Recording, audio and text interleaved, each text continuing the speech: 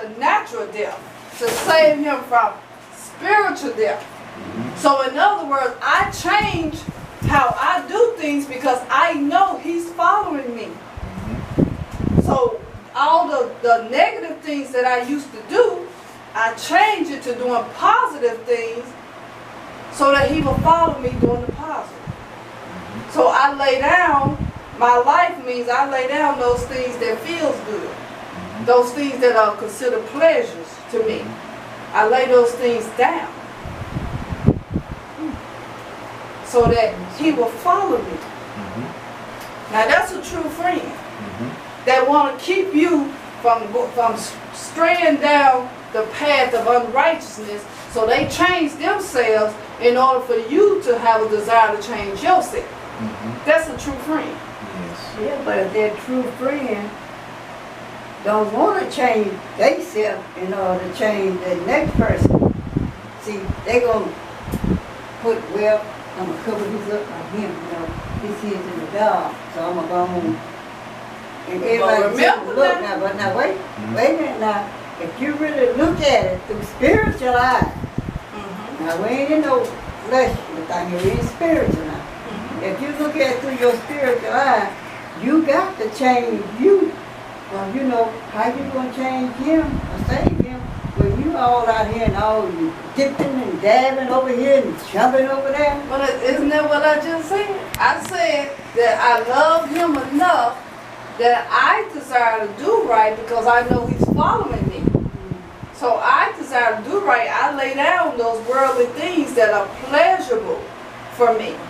I lay them down so that I'm setting the right example for him.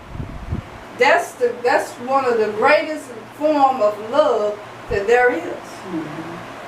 Now, even if he don't choose to follow, that's on him at that point. But I've shown him unconditional love by saying, hey, I want you to do better, so I'm going to do better so that you will do better. That's true love. So that's what that verse means, that there's no greater love than a man who would lay down his life for a friend. That's what that means. That means you give up those things that are fun to you, that are pleasurable to you, that are worldly things. You give them up to save your brother from a life of torment. Like a prime example. When I was growing up, and you know that you have something deep down inside you. You go to that nightclub trying to fit in. Everyone around there like, man, you know this ain't you, man. You know you don't drink. Why you up here? Oh, shut up, leave me alone. And the Holy Spirit, but not you not knowing just a little bit about it, you feel condemned later because you wasn't taught and edified right. And you like your conscience just it just whoops you when you go back home. All right, and then you're thinking about that time in your head like, I better cut that corner, even though it's the weekend. Mom gave me the 10:30, so why am I out at 12? Unless my brother's sister somewhere on town. But in reference to that, there you feel so convicted, and then as you is taught, you know, better later, you're like, oh, okay. All that time actually leads right up to the day. They was helping you in a somewhat way to prepare you for what is now today. I could go out and mingle with a crowd, but they're not going to receive me if I'm steady smoking that cigar or a cigarette, or I'm going over there and I'm going to drink with them, but still try to minister to them. I mean, looking like, we believe in you, but do you believe in yourself? Do you seriously believe in yourself, what you were saying and what you were doing? Yeah, don't look like it. Because not to gain popularity and followers, you have to come up out of the world into the marvelous light of Jesus Christ.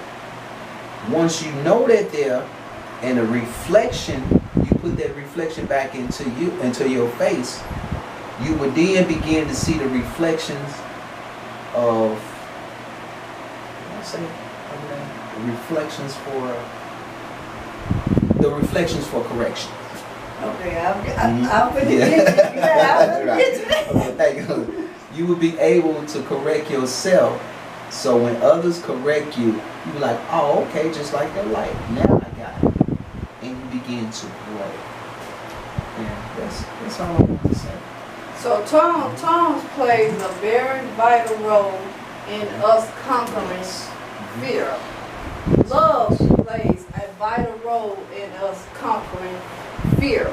Having a sound mind means that we're being under the control of the Holy Spirit, helps us to conquer fear.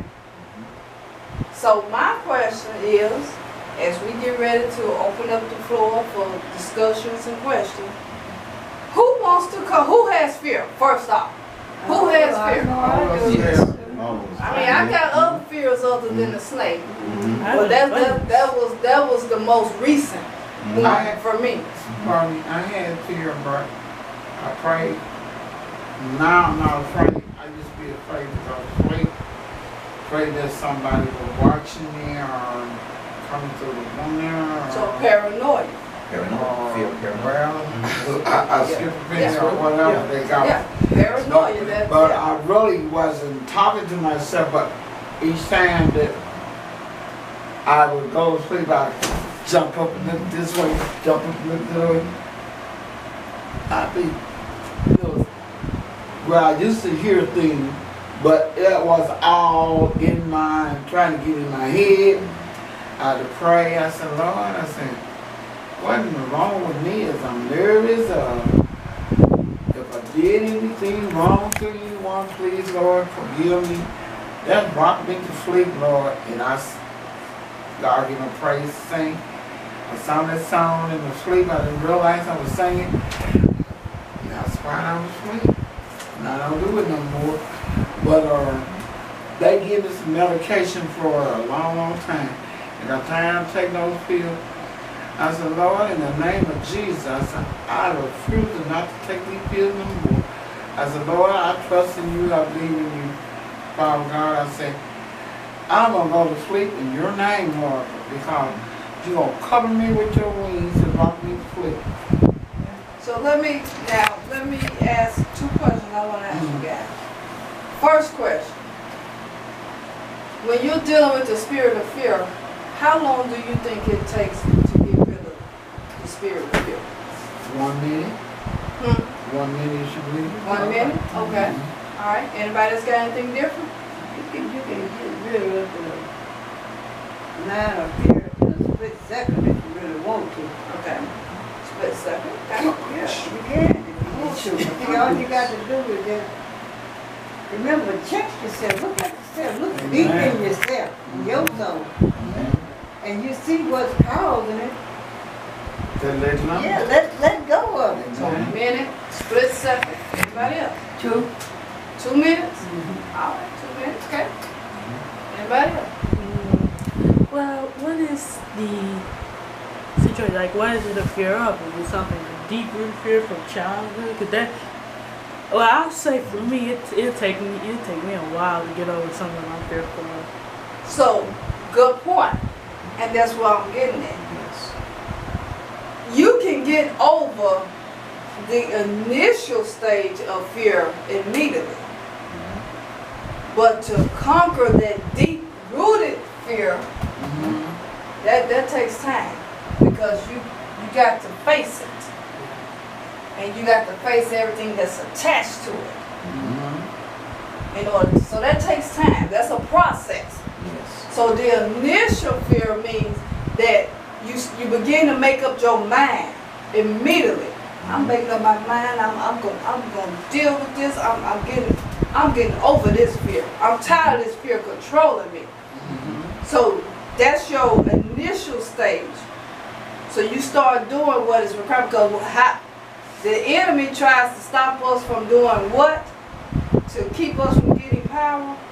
Speaking in tongues. So if the enemy can stop you from speaking in tongues, then that's part of stopping that initial stage of conquering fear. Because when you start speaking in tongues, you go to a higher level. Yes. right? So when you go to a higher level in God, by speaking in tongues, your focus is not on the fear anymore. It's on God, Yes. right? Mhm. So if the enemy can stop your initial focus, he can keep controlling you in fear. Mhm. So if you can use tongues